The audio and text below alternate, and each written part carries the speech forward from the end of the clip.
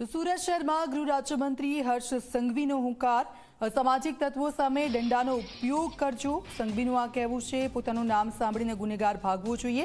ગુનેગારો સામે તમામ સત્તાનો ઉપયોગ કરવાની છૂટ આપવામાં આવી છે. તમે સખ્તાઈથી કામ કરો, હું તમારી સાથે જ છું. સામાન્ય માણસને પોલીસનો ડર ન હોવો જોઈએ.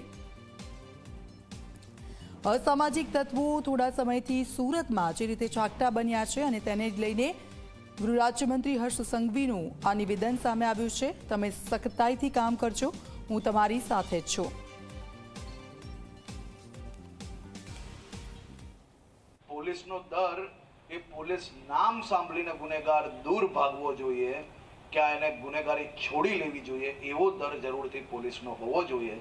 અને એની માટે તમને આપેલી તમામ સત્તાઓનો ઉપયોગ જરૂરથી તમારે કરવો જોઈએ. જો ના કરતા હો તો ડબલ કરજો, હું તમારી સાથે ઊભો છું. અને સાથે સાથે ઘણા લોકોને ગમતું નથી જ્યારે હું કહું છું કે પોલીસને આપેલો દંડો એનો ઉપયોગ જરૂરથી ગુનેગારોની સામે થવો જોઈએ. અને એ દંડો જ્યારે કોઈ સામાન્ય નાગરિકને કોઈ ગુનેગાર જો તકલીફ ઊભી કરતો હોય તો એ દંડો કોઈ બી પોલીસને એના માટે જ આપેલો હોય છે કે સખ્તાઈથી ઉપયોગ કરો.